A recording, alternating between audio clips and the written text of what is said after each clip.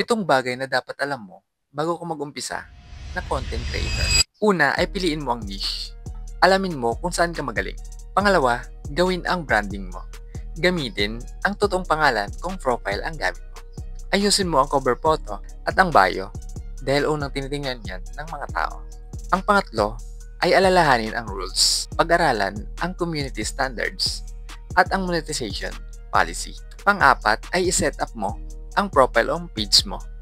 I-activate ang professional mode kung profile ang gamit mo.